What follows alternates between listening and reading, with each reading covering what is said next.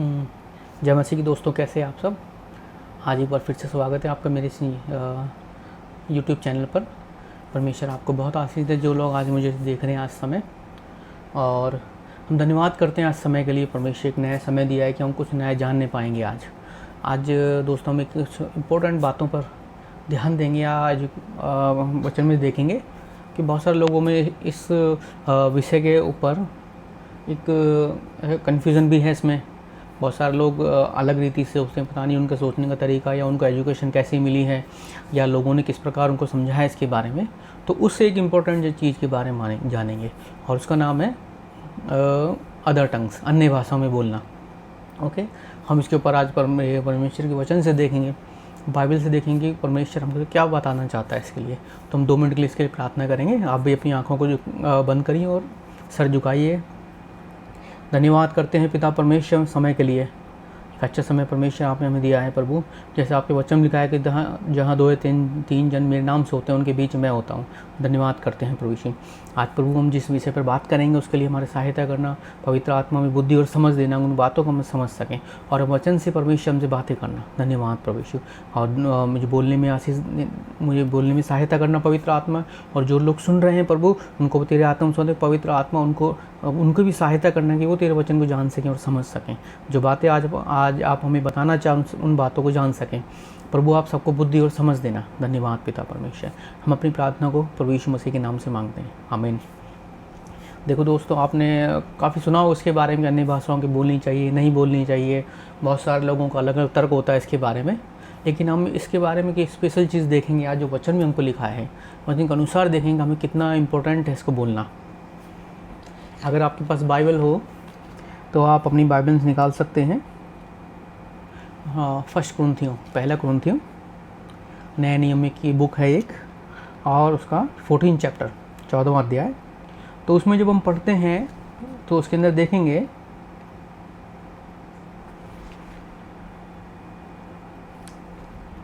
14 का 2 से, क्योंकि जो अन्य भाषा में बोलता है वह मनुष्यों से नहीं परंतु परमेश्वर से बातें करता है, क्योंकि उसकी कोई नहीं समझता, परंतु वह आत्मा में भेद की बातें बोलता है। ओके, एक वचन लिखा है कि जो अन्य भाषा में बोलता है वो परमेश्वर से बातें करता है डायरेक्ट। वो मनुष्य से बातें नहीं होती हैं वो चीज़ें। बहुत सारे लोगों को देखो इसके अंदर बहुत सारे तर्क हैं, इसके अंदर अलग अलग बातें सोचते हैं कि हमको बोलनी नहीं चाहिए, ये तो हमारी पर्सनल यूज़ के लिए है, या इससे आत्मा की या जैसे जो कलीसिया की उन्नति कैसे होगी। देखो जो इसके अंदर स्पष्ट लिखा हुआ है इसके अंदर कि जो हम अन्य भाषा में प्रार्थना करते हैं या अन्य भाषा में बोलते हैं वो मनुष्य से नहीं परंतु परमेश्वर से बातें करते हैं। और शक्तिमान हमारे जो स्वर्गीय पिता उस समय बातें करते हैं उस समय। तो इस चीज़ के लिए हमको वचन को बहुत ही गौर से एक ध्यान से पढ़ने की ज़रूरत है इसमें कि परमेश्वर क्या कहता है। एक जगह जैसा आपने वचन पढ़ा होगा, ये लिखा हुआ है कि आत्मा कलीसियाओं से क्या बोलता है। हालेलुया। आत्मा में समझाता है उस चीज़ के लिए।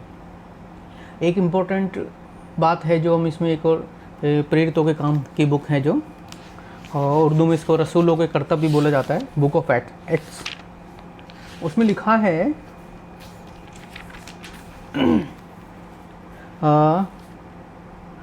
चैप्टर 1 में उसका 8th वर्ष में कि परंतु जब पवित्र आत्मा तुम पर आएगा तब तुम सामर्थ पाओगे और यरूशलेम, सारे यहूदिया और सामरिया में, यहाँ तक कि पृथ्वी के छोर तक तुम मेरे साक्षी हो गए। ये जो वचन है जो हम पढ़ हमने इस समय, ये वचन उस समय का है जब यीशु मसीह का स्वर्गारोहण हो रहा था। क्योंकि उसके बाद लिखा है, इतना कहने के पश्चात वह उनके देखते देखते ऊपर उठा लिया गया और बादल ने उसे उनकी आँखों से ओझल कर दिया। हालेलुया। इसके बाद यीशु मसीह को उठा लिया गया था। एक इम्पोर्टेंट चीज़ जो है हमें इसके अंदर जो समझना है इस चीज़ के लिए कि जब तक यीशु मसीह थे उनके साथ में जितने चेले थे, 12 चेले उस समय गिनती के थे, यीशु मसीह थे उनके साथ में। जब यीशु मसीह थे तो उनको किसी की ज़रूरत नहीं थी, क्योंकि खुद परमेश्वर प्रभु यीशु मसीह उनके साथ थे। उनको समझाने के लिए जो भी दृष्टांतों में, पैराबल्स में परमेश्वर उनसे बातें करता था यीशु मसीह, उसके लिए था उनके पास समझने के लिए कि उस चीज़ को हम कैसे जानेंगे, वचन को कैसे है, या यीशु मसीह उस समय जो प्रचार करते थे उसका अर्थ बनाने के लिए यीशु मसीह खुद थे उनके साथ में। लेकिन जब यीशु मसीह चले गए उसके बाद का ये समय है उस समय परमेश्वर ने क्या कहा, परमेश्वर ने कहा कि मैं तुम्हारे लिए एक सहायक भेजूंगा, क्योंकि बाइबल में लिखा है कि मैं तुम्हें कभी अनाथ नहीं छोड़ूंगा। मैं परमेश्वर में ना तो अनाथ छोड़ने का मतलब होता है एक अकेला रहना, कोई नहीं कोई तुम्हें समझाने के लिए नहीं है, कोई गाइडेंस करने के लिए नहीं है, लेकिन परमेश्वर यीशु मसीह ने हमसे वादा किया कि मैं तुम्हें एक सहायक दूंगा, अर्थात सत्य का आत्मा, पवित्र आत्मा, जो हर समय तुम्हारी सहायता करेगा। और देखो, जब पवित्र आत्मा आया, इसका सबसे फर्स्ट जो साइन क्या था हमारे लिए, वो यहाँ है कि प्रेरितों का काम 2 चैप्टर 2 से पढ़ेंगे। एकाएक आकाश से एक प्रचंड आंधी की सी सनसनाहट का शब्द हुआ,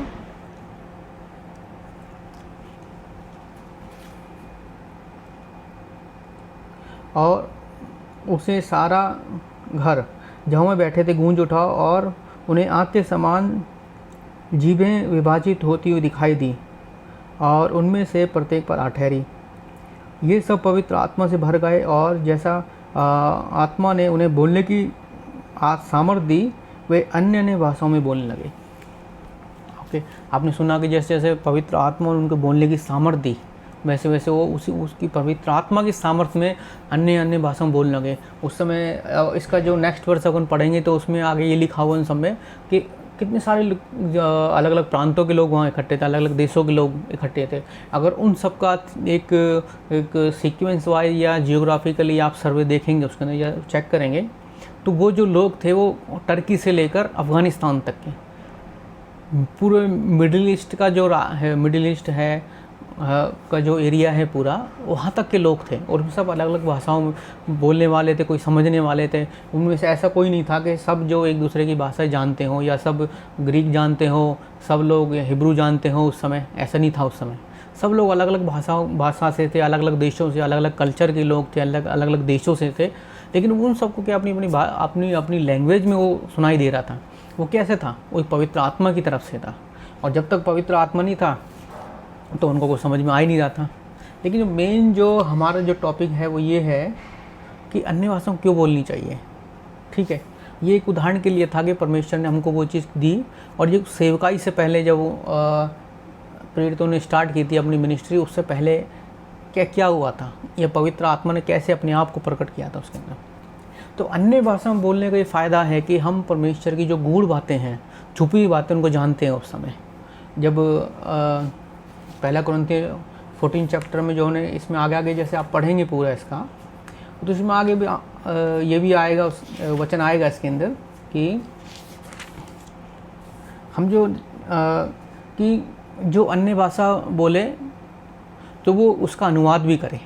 देखो, ये बहुत इम्पोर्टेंट है हमारे लिए कि हम उसका अनुवाद करें। लेकिन इससे पहले एक चीज़ बहुत एक ज़रूरी है जानना कि जो अन्य भाषा परमेश्वर ने जो हमें दी थी वो हमारी पर्सनली उन्नति के लिए है। क्योंकि बाइबल में जो बताया गया है, जो चर्च बोला गया है, वो हम हैं, इंडिविजुअली हम हैं।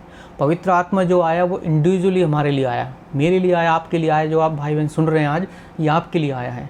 जब तक हमारी खुद की उन्नति नहीं होगा, हम कैसे किसी को समझा सकते हैं। पवित्र आत्मा भी वही है, वो हमारे पर्सनल उन्नति करता है सबसे पहले, कि हम जान सके कि परमेश्वर का वचन क्या कहता है, या परमेश्वर की जो गूढ़ बातें हैं, परमेश्वर के जो रहस्य क्या है, प्रकाशन का है, वचन का प्रकाशन है। जैसे रेवोल्यूशन में एक पूरा एक प्रकाशित वाक्य की बुक है पूरी, वो जो बुक ऑफ रेवोल्यूशन है, प्रकाशन है सारा, क्या आने वाले समय में कैसे होगा, क्या होगा। उन बातों को हम कैसे जानेंगे?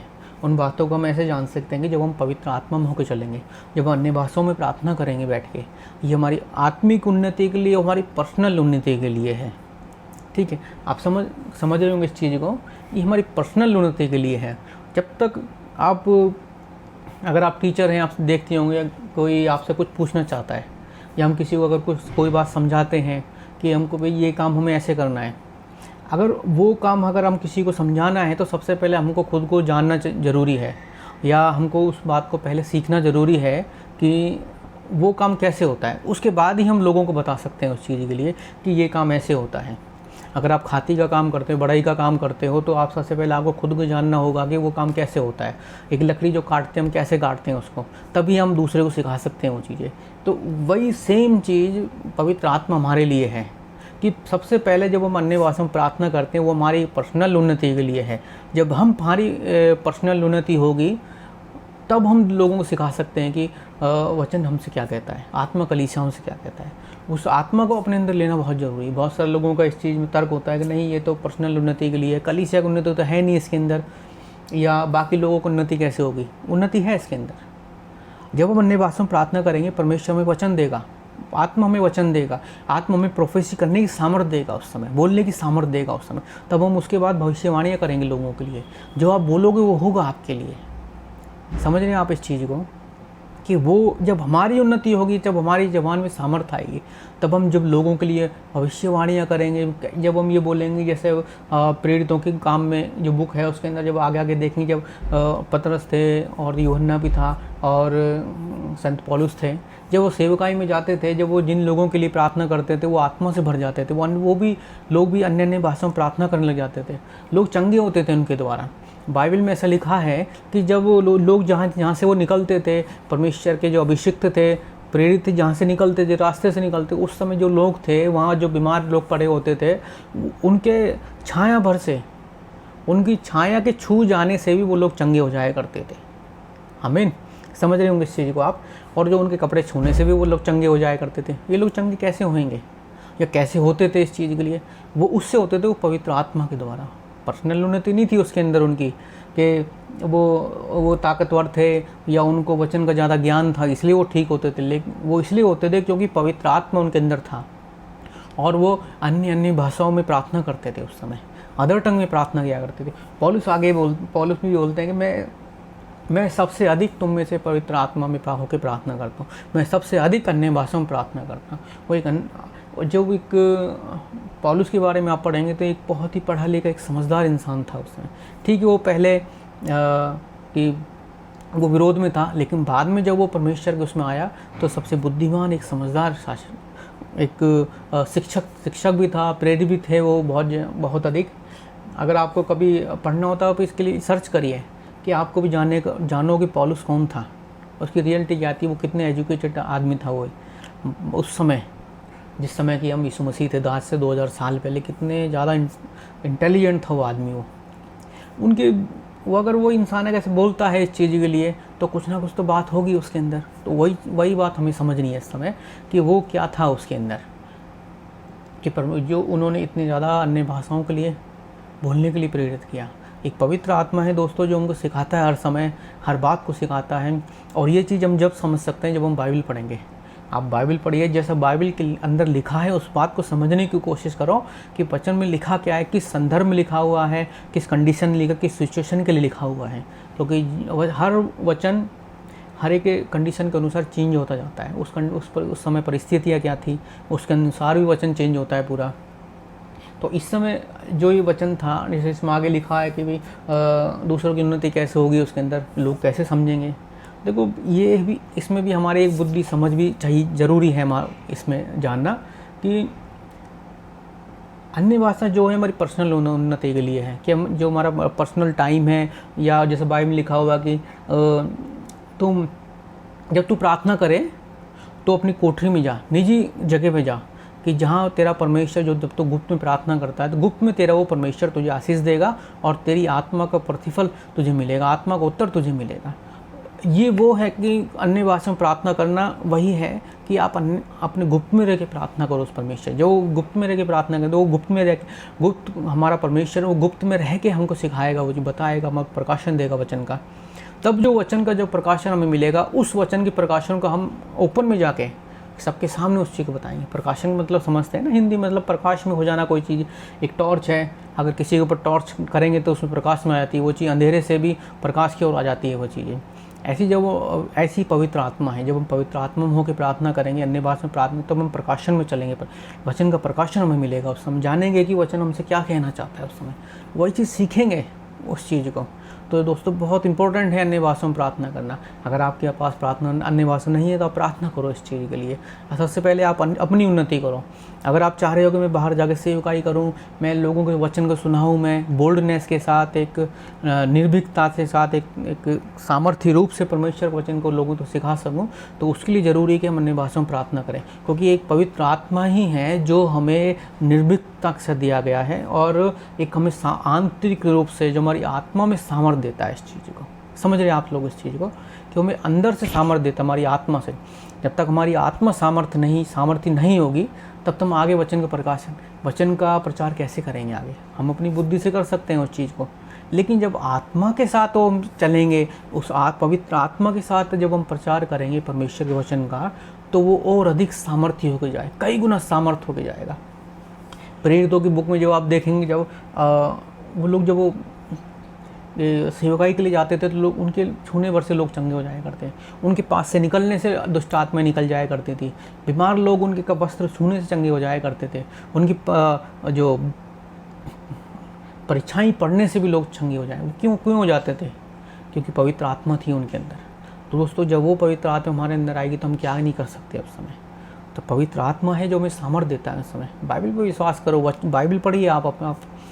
सबसे पहले आप कोई भी आपसे कुछ भी कहता है, सबसे पहले बाइबल पढ़ो उस चीज़ को, बाइबल वचन में देखो, वचन में उसके बारे में क्या लिखा हुआ है। बहुत सारे लोग क्या करते हैं, वचन को नहीं पढ़ते हैं, सिर्फ किसी ने मैसेज दे दिया, ठीक है, उस चीज़ को सुन लिया, हाँ उसमें ऐसे लिखा हुआ, देखो वो उस प्रचारक ने ऐसा बोला, ठीक है वो लिखा हुआ है, या उसको सच मान के जो दूसरा प्रचारक उसको झूठ बोलना स्टार्ट कर देंगे। आज जो सेवकाई जब हम देखते हैं बहुत सारे लोगों की, बड़े बड़े जो सेवक हम देखते हैं, जैसे पास्टर बेनिन हैं, क्रिस्टोफर डॉलर हैं और जॉयस मेयर हैं, इतने सारे लोग हैं जो प्रचार कर रहे हैं। इंटरनेशनल लोग कैसे बढ़ रहे हैं आगे? वो पवित्र आत्मा के द्वारा बढ़ रहे हैं। बिना पवित्र आत्मा के हम नहीं बढ़ सकते आगे, बिना अन्य भाषा को नहीं बढ़ सकते हम आगे। हमको बहुत जरूरी वचन का हमारे प्रकाशन जब मिलेगा, जब पवित्र आत्मा हमारे अंदर आएगा। हम अपनी बुद्धि और समझ से प्रचार तो कर सकते हैं, बाइबल पढ़ सकते हैं, वचन को समझ भी सकते हैं अपनी बुद्धि से, अपनी समझ से, क्योंकि वचन में लिखा है कि तू मुझे बुद्धि मांग तो मैं तुझे वो बुद्धि समझूंगा कि तू मेरे वचन को जान सके, समझ सके। आप बाइबल पढ़ोगे तब भी आपको समझ मिलेगी कि आप वचन के अनुसार काम कर सकते हो। लेकिन जो वचन का प्रकाशन जिस लेवल पर आप चाह रहे हो कि मैं एक हाई लेवल पर जाऊँ पूरा मैं, क्योंकि जैसे पौलुस बोलता है कि मैं 7वें आसमान में 7वें स्वर्ग में उठा लिया गया, वहाँ तक जब हम पहुँचना है तो एक अन्य भाषा है जिसके द्वारा हम पहुँच सकते हैं। सिर्फ अगर वो अन्य भाषा हम नहीं करेंगे प्रार्थना, तो हम परमेश्वर से बातें नहीं कर सकते कभी। क्योंकि एक बाइबल में लिखा है, देखो आगे हम पढ़ेंगे वचन में लिखा है कि एक अन्य भाषा है जिसको शैतान नहीं समझता। हालेलुया। तो द्वारा हम सिर्फ डायरेक्ट परमेश्वर से कांटेक्ट होता है। आप समझते हैं कि आपस में बातें करते हैं, यार देखो मेरा तो उस डायरेक्ट अधिकारी से कांटेक्ट है, या मेरा संपर्क तो डायरेक्ट उससे, मैं डायरेक्ट उससे बात करूँगा, मैं छोटे लोगों से क्यों बात करूँ? सेम यही बात होती है। जब हम अन्य भाषा में प्रार्थना करेंगे तो हमारा जो डायरेक्ट कांटेक्ट होगा सर्वशक्तिमान परमेश्वर से होगा। कि लोगों की बातों पर विश्वास मत करो, एकदम से किसी ने क्या बोल दिया। बहुत सारे लोग हैं सब अपनी बुद्धि से प्रचार कर रहे हैं। बाइबल लिखा हुआ है कि अंत समय में बहुत सारे लोग आएंगे जो भरमाएंगे आपको वचन से भी, वचन से वो आपको प्रूव भी कर देंगे सब बातों को। लेकिन यही था कि लोग अन्य भाषा में प्रार्थना कर रहे थे।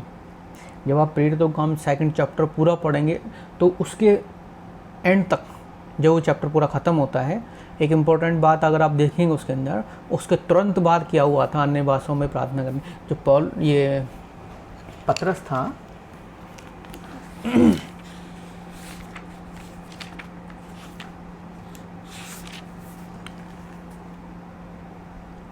उसके तुरंत बाद पतरस ने प्रचार करना शुरू किया। कि यहाँ लिखा है 2:14 में,